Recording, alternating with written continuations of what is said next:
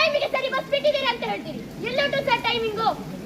ನಾವು 6 ಗಂಟೆ ನಾವು ನಡಿಬೇಕು. ಎಳಬೇರಿಯಿಂದ ಒಳಗೆ ಬರ್ಬೇಕಾದ್ರೆ ಅಲ್ಲಿ ನಮಗೆ ಬಸ್ಸಿನ ವ್ಯವಸ್ಥೆ ಇಲ್ಲ ಸರ್. ನಾವು ಆಜಿ ಬಸ್ ಸ್ಟ್ಯಾಂಡ್ ಅಲ್ಲಿ ಶನೇಶ್ವರ ಮೂರ್ತಿಯಲ್ಲಿ ಇದೇ ಗಾಡಿಯಲ್ಲಿ ನಿಂತ್ಕೋಬೇಕು. ಮಳೆಗಾಲ ಬಂದಾಗ ಬಸ್ ಹತ್ತಿದ್ರೆ ಬಸ್ಸು ಕೂಡ ಸೋತದೆ. ಬಸ್ಸಲ್ಲಿ ಕೂಡ ಹಾಕಿ ಕೂಡುದ, ಬಸ್ಸು ಕೂಡ ಸರಿ ಇಲ್ಲ ಸರ್.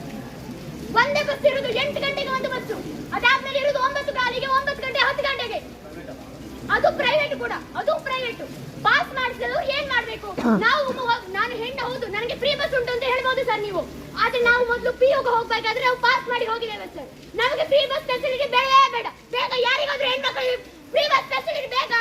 ಬೇಡ ಬೇಡ ಬೇಡ ಸರ್. ನಾವು ಹೇಳ್ತೇವೆ ನಮ್ಗೆ ಬೇಡ. ನಮ್ಗೆ ವಿದ್ಯೆ ಬೇಕು ಸರ್, ನಮ್ಗೆ ವಿದ್ಯೆ ಬೇಕು.